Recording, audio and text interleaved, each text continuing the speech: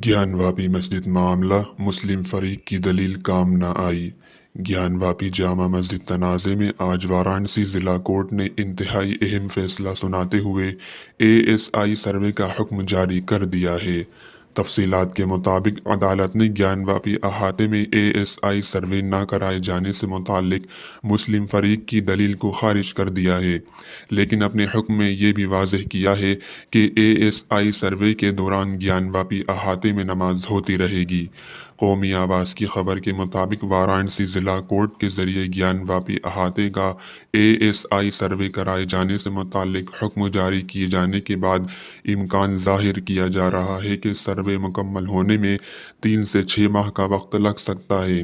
हालांकि मुस्लिम फरीक ने वाराणसी ज़िला कोर्ट के हुक्म को हाई कोर्ट में चैलेंज पेश करने का अज़्म ज़ाहिर किया है।